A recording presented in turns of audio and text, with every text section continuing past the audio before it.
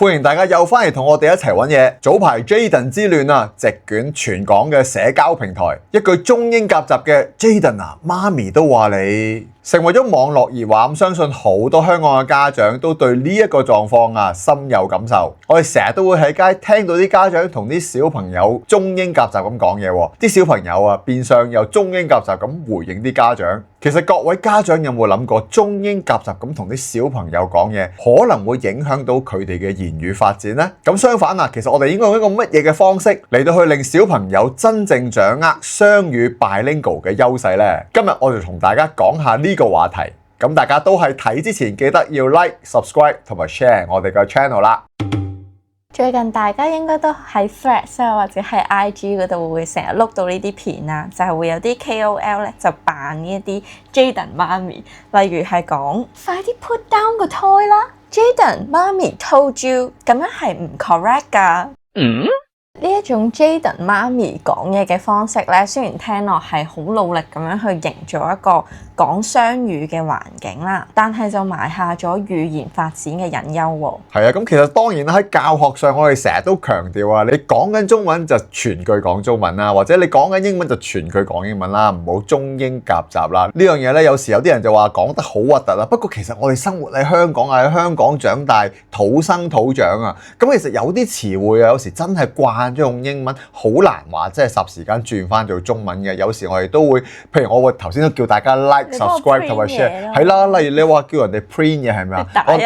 麻煩你幫我打印份文件啊，係咪啊？或者可能你喺 office 嗰度叫同事話，麻煩你可唔可以幫我 file 翻上去啊？或者幫我入翻 file 啊？咁你唔通同佢講，麻煩你可唔可以幫我歸檔啊？咁樣係正式上係咁樣嘅，不過就都難嘅。香港中文大學言語治療師林玉秋就表示啊，嗱，專家都講噶嚇，大家喺生活中講嘢啊，其實好多時都會中英夾雜。咁呢樣嘢其實喺香港嘅環境都好自然噶，又唔需要真係去到話太抗拒，或者話真係一定唔得啊，完全唔得啊，又唔係嘅。你傳送俾我。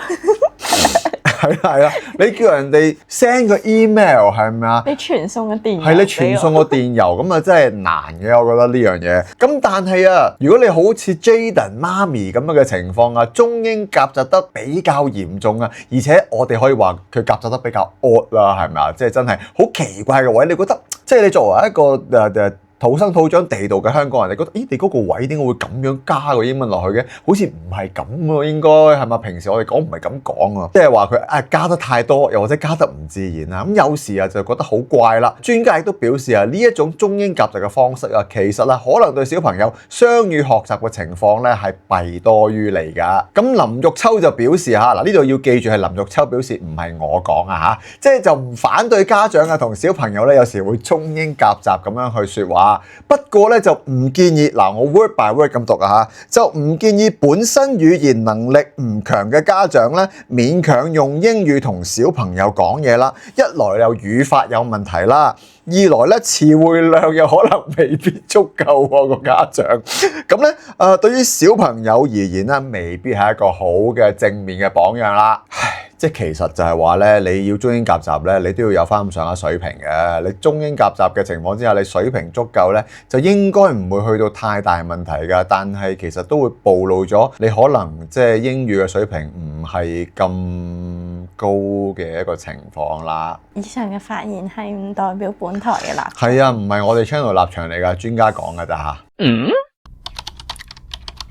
專家又話，如果小朋友喺一句説話裏邊啦，成日都聽到中英文夾雜嘅情況啦，其實可能喺小朋友嘅角度啊，佢唔係聽到你中文嘅意思加英文嘅意思，然之後佢會可以幫你去將佢好自然咁樣融匯埋一齊啊。其實可能小朋友嘅角度咧，佢只係聽到一連串嘅聲音咁解嘅啫。嗱，我哋啊可能聽落阿 Jaden 媽咪啊覺得好好笑啊呢個例子，咁但係其實因為咧我哋係識得去翻譯佢，我哋知佢邊個位置其實係講緊啲乜嘢語境。乜嘢內容啊。咁但係對小朋友嚟講啊，可能係影響咗小朋友真正去了解嗰句文字嘅意思啦。好多時啊，小朋友其實只係聽到一連串連貫嘅聲音啫，而小朋友啊，亦都分辨唔到點樣係為之講得好，點樣係為之講得唔好嘅一個示範啦。有好多家長問我哋啊，會唔會有升小學或者升中學嘅面試班啊？咁其實我哋不嬲都有做開嘅，咁但係前段時間啦，我哋即係接嘅班比較多啊，比較忙啊，都冇喺話頻道嗰度特別宣傳啦。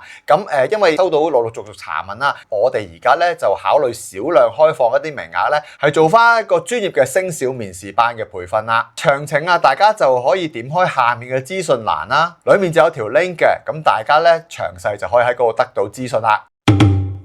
講到呢度，我哋就快啲入重點啦。咁其實家長啊，應該點樣幫助小朋友進一步掌握雙語嘅優勢呢？根據言語治療師 Miss Freddy 就講啊，其實有好幾種方法㗎。第一種方法咧，就叫做一家長一語言啦 ，One Parent One Language。嗱，咁從言語訓練嘅角度啊，其實言語治療師都會建議一家長一語言呢一個方式嘅噃。當然啦，其實我哋都覺得係有啲難度嘅。佢嘅意思即係話，可能爸爸咧就同小朋友全講英文，媽咪啊同小朋友全講中文咁樣嘅。好辛苦咁樣。係辛苦嘅，其實真係。一定要識。係，除非你其實我都覺得嘅，即係實行上有困難嘅。除非你個家長可能真係一個係外國人，一個係本地人咁樣啦。咁呢個就會即係容易啲實行嘅。咁不過唔緊要，呢個只不過係佢提議其中一個方法啦。有啲其他嘅方法俾家長選擇下嘅。嗱，因為喺言語治療學嘅角度啊，其實呢一種係最容易避免小朋友混淆兩種語言嘅方法嚟㗎。小朋友啊，會喺面對唔同嘅對象嘅時候，大腦自動切換。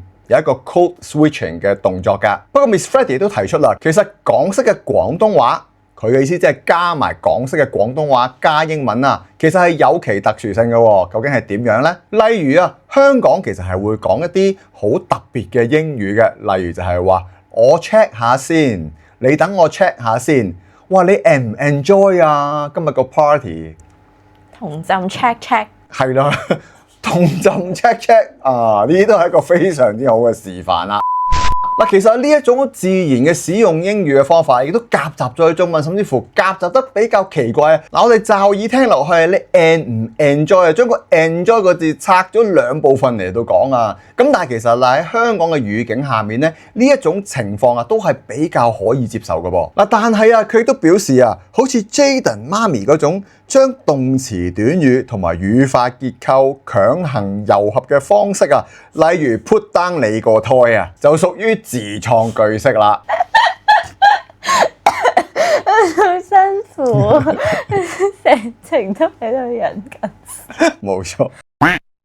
咁 Miss Freddy 就提醒啊，如果小朋友跟住學你 put down 你個胎咁嘅情況咧，其實係會令到佢出現一個衰劣詞彙嘅情況喎。其實啦，就唔止令到人哋覺得佢咁樣講嘢好奇怪㗎，進一步啊，其實係會影響到佢成個句子嘅結構。長遠嚟講啊，係會影響到佢同其他人溝通嘅能力㗎噃。第二個方法嗱，就呢個就比較貼地啲啦。其實就係按時間同埋地點嚟到區分啦，即係話又第一個例子啦，可能你喺屋企咧可以劃分一個語言區㗎，例如咧我哋每逢喺書房傾偈嘅時候咧，就係用全英文嘅，咁但係我哋喺客廳傾偈嘅時候咧，我哋就全家人都會用返廣東話啦。嗱，呢一種方法啊，係可以幫助小朋友清晰咁樣區分幾時用邊一種語言㗎。嗱，又或者又有另一個方法啦，就係用時間啊。譬如我哋定一個 English Day， 一個英語日啦。其實好多時我哋以前學校都有呢啲㗎。譬如可能每一個星期六或者每個星期日咧，我哋全家人就係講英文㗎啦。咁其實呢一種方法咧，係比起你 put down 你個胎咧，係更加能夠令到小朋友第二種語言啊，佢嘅 bilingual 嘅能力啊更加完全啦。如果有呢個 English Day，咁我嗰日就會特別安靜。係啦，就唔講嘢，即係好似學校咧嗰日一定要講英文，結果全部同學都唔講啦。小學嘅時候，好啦，第三個方法其實有時都會咁樣做㗎。我哋就係用成句嘅英文嚟到對照全句嘅廣東話啦。例如咧，我哋就要避免呢個係 Apple 嘅講法啦。我哋咧就會選擇先講完嗰句廣東話先，呢個係蘋果。咁然後嗰個英文係乜嘢啊？阿夢 This is an iPhone。